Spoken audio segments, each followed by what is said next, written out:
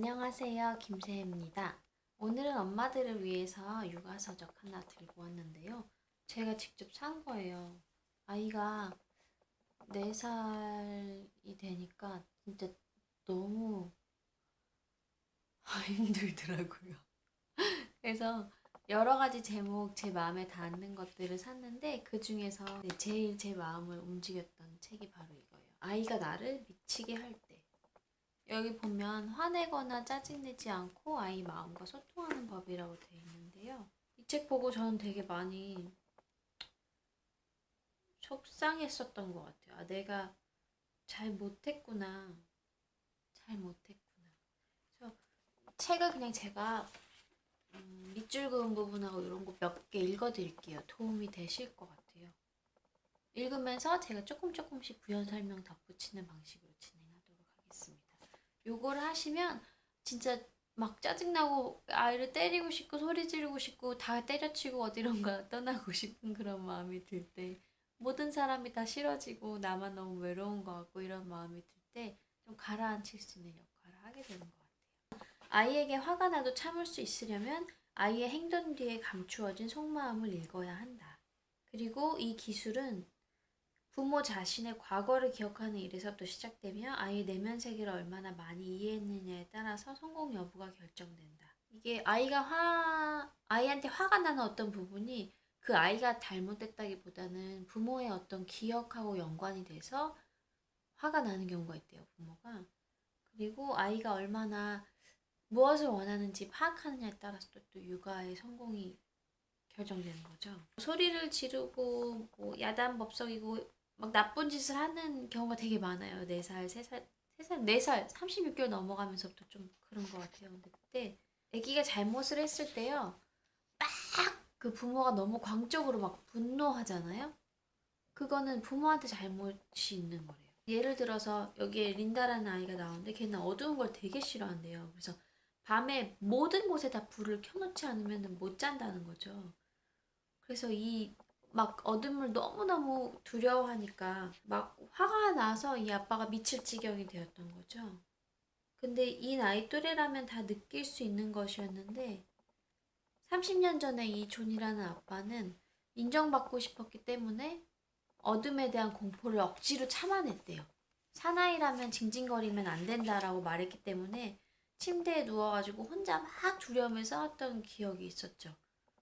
근데 이 사람한테는 무섭다고 소리를 지르는 것보다 아빠한테 칭찬받고 싶어 하는 그 마음이 더 컸기 때문에 그랬다는 거예요. 근데 딸을 기르면서 이 딸이 두려워하니까 오랫동안 이 사람이 억압했던 그런 것들이 막 터져나오면서 광적인 분노를 느꼈던 거예요. 왜냐면 이때 기억이 되게 안 좋았기 때문에 자기가 옛일을 기억하지 않으려는 잠재의식 속에 빠져 있었는데 딸이 소리를 질 때마다 그게 떠올랐던 거죠. 그러니까 화가 났던 거예요. 음, 이런 경험들 다들 하나씩은 있을 것 같아요.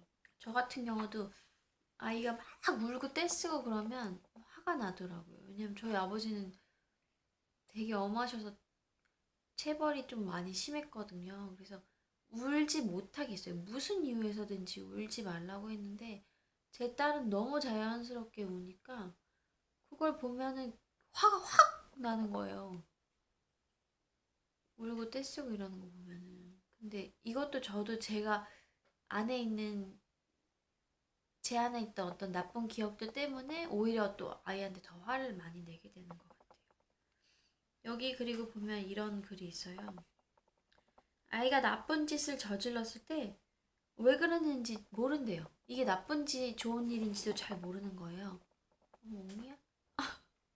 네, 여러분은 책장에 오른 고양이를 보고 계십니다. 어쨌든 그렇기 때문에 이걸 알려줘야 된대요. 아이는 당연히 모른대요. 세상에 나온 지 얼마 안 된 미성숙한 존재이므로. 그걸 알려주지 않으면 아이는 스스로를 나쁜 사람이라고 생각을 한다고 합니다. 그래서 아이가 간절히 원하는 게 사랑이기 때문에 사랑을 주는 게 중요하다는 거죠. 어른이 되어서 갖는 많은 노이로제들은 대부분 어렸을 때 부모로부터 인정받기 위해서 정상적인 감정을 억누른 결과 생긴 것이다. 그렇기 때문에 부모도 완벽하지가 않아서 바람직한 롤모델을 찾아서 배워야 한다고 해요. 그리고 아이는 이성적인 판단을 못하기 때문에 부모님한테 이렇게 화를 내는 걸 듣고 이러면 내가 실망시켰어. 내가 부모님 기대에 미치지 못하는 쓸모없는 인간이야. 나는 못됐어. 막 이런 생각들을 해서 굉장히 죄의식에 빠진다고 그래요. 그렇기 때문에 조심해야 한다는 거죠. 상황을 잘못 이해할 수가 있어서. 어린아이들은 가족의 죽음이나 이혼, 질병 등 나쁜 일들은 다 자기 탓으로 돌리는 성향이 또 있대요.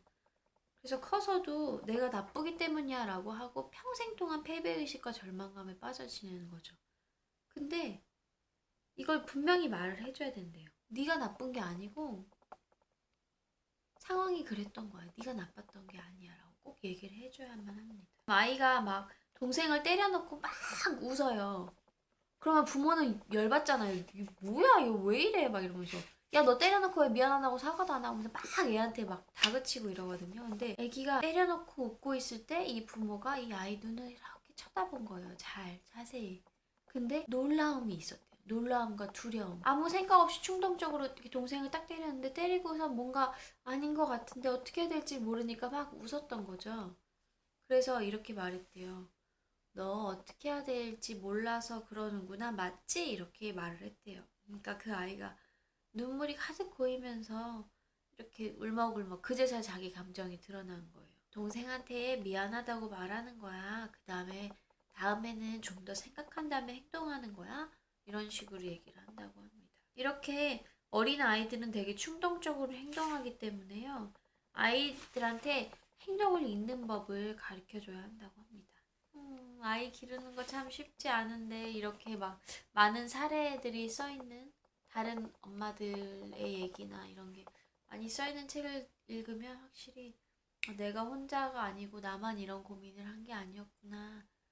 그러면 이럴 때 어떻게 하는 게 좋을까 이런 생각을 많이 하게 되는 것 같아요. 구독 버튼, 좋아요 버튼 눌러주시고 댓글로도 여러 가지 고민들 남겨주시면 제가 찾아보고 영상에 반영하도록 하겠습니다. 오늘도 좋은 하루 되세요. 안녕.